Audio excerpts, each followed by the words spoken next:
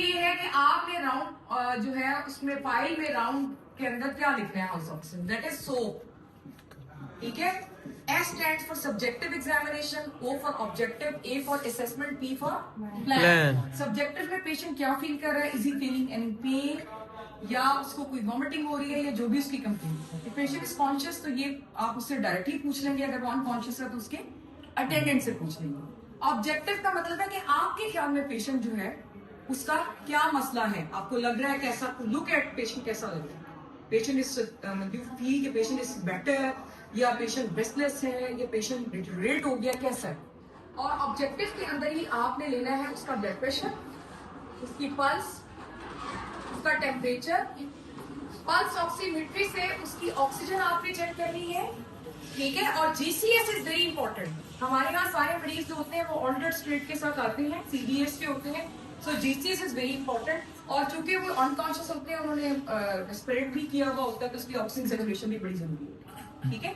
सो ये आपका objective examination है। असेसमेंट का मतलब ये है कि आपकी क्या असेसमेंट है, patient is getting better, patient has deteriorated, या पेशेंट जो है वो स्टैटिक है। So this is assessment.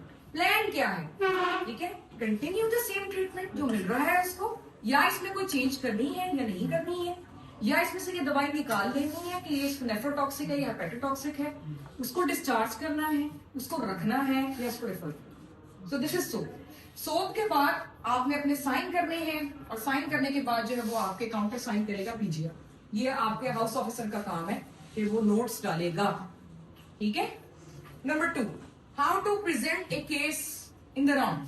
House officer ने कैसे प्रेजेंट करना है, उसमें आपने उसकी प्रेजेंटिंग कंप्लेंट बतानी है। सिर्फ patient presented with altered state of consciousness, या patient presented with right sided body, या patient presented with upper GI bleeding, या with abdominal pain.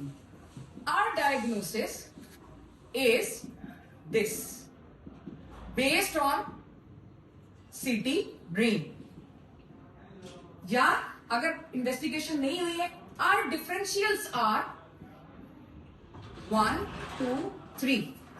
ये समझ आ रही है? सिर्फ एक लाइन की प्रेजेंटिंग कंप्लेंट, और हमारा डायग्नोसिस जो है वो ये है on the basis of this investigation. Upper GI bleed है, most likely because of chronic liver disease, ठीक है।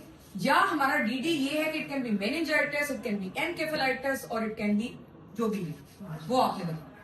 टुडे पेशेंट जो है उसका फिर उसके बाद आपने दोबारा ये इस पर आ जाए, प्रेजेंटिंग कंप्लेंट बताने के बाद आपने ये कह देना कि टुडे पेशेंट की ये सब्जेक्टिव कंप्लेंट है, उसका GCS, उसका BP इतना है, उसकी पल्स ऑक्स इतनी है, हमारी असेसमेंट ये है, प्लान हमारा ये है कि हम उसको ये वाला ट्रीटमेंट देंगे, या हम उसमें ये ऐड करेंगे, या हम उसकी ये इन्वेस्टिगेशन करेंगे। समझ आ रही है? सो वही चीजें सिर्फ उसके अंदर प्रेजेंटिंग कंप्लेंट एक ऐड होगी। Getting my point?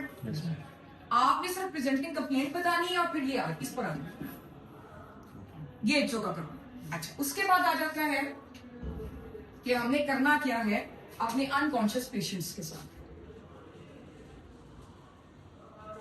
आपके पास कोई भी पेशेंट जिसका GCS 15 से नीचे है, हमारे वार्ड की पॉलिसी ये है कि हमने उस मरीज को NPO रखना,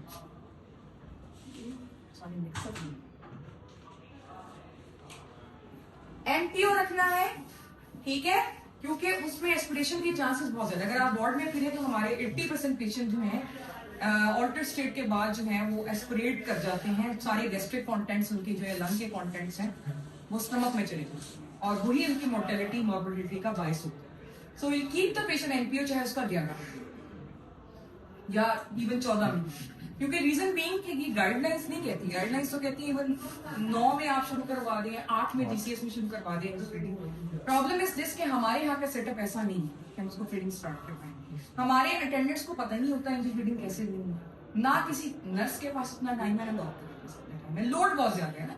तो बेहतर ये कि 1-2 दिन आप रुक जाएं, आप उसको NPO रखें। अगर आपको इस चीज का डर है कि पेशेंट जो है उसको कोई हाइपोग्लाइसीमिया ना हो जाए, तो आपने उसको जो फ्लूइड चॉइस हमारी होती है दैट इज डेक्स्ट्रोज से लेना, ठीक है, बजाय रीनल लैक्टेट देने के, जैसा कि गाइडलाइंस में आता है कि CVA के मरीज को या बाकी मरीजों को आप नॉर्मल सलाइन या रिंगल एक्टिवेट देते हैं, हम यहाँ पर डेक्स्ट्रोसलाइन देते हैं ताकि हाइपोग्लाइसीमिया ना हो। अब हाइपोग्लाइसीमिया आमतौर पर यूजुअली लोगों में, नॉर्मल लोगों में नहीं होता, लेकिन हमारे पास आता है सिक लोग जो बहुत बूढ़े हैं, फ्रेजाइल हैं, जिनको लिवर डिजीज है, जिनका बॉडी मैस बहुत कम हुआ है, थिन लीन। तो लिवर डिजीज के अगर पेशेंट हैं या जिनका मसल मैस ही नहीं है, जो स्किनी है, वेस्टेड है, उनमें ग्लाइकोजन रिजर्व्स भी नहीं होते।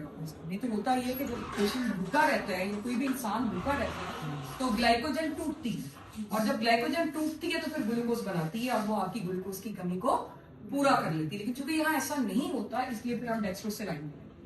अब इस पर एक एतराज उठता है कि मेरी मैडम अगर मरीज डायबिटिक हो तो फिर क्या करें? तो डायबिटिक, इसका जवाब ये है कि आपके घरों में हर एक के घर में एक डायबिटिक पेशेंट होगा। क्या किसी भी डायबिटिक पेशेंट को खाना बंद करवा के आप करवा देते हो? बंद नहीं करवाते ना। क्यों नहीं करवाते? लो हो जाएगी। तो इससे डेक्स्ट्रोसलाइन से अगर फर्स्ट क्लास की हाई हो गई है तो हाई शुगर जो है वो इन द लॉन्ग रन खतरनाक है, इमीडिएटली डैमेजिंग नहीं है। इमीडिएटली जो चीज डैमेजिंग है दैट इज हाइपोग्लाइसीमिया, और ये पिक नहीं होता क्योंकि 100 मरीज हैं आपके ड्यूटी पर, आप अकेले डॉक्टर हैं, आप किस चीज का ब्लड शुगर चेक करें? ठीक है, तो इसलिए अगर वो हाइपर में चला जाता है उसका उपाय है आप उसको इंसुलिन दे दें अकॉर्डिंग टू स्लाइडिंग स्केल। एक सीधी सा स्केल बना है, यू कैन गो थ्रू। वो शायद 250 से आपकी शुगर ज्यादा हो तो 4 यूनिट देते हैं, 200 to 250। उसके बाद 250 से आगे 300 तक हो तो 8 देते हैं। इस तरह का एक बना।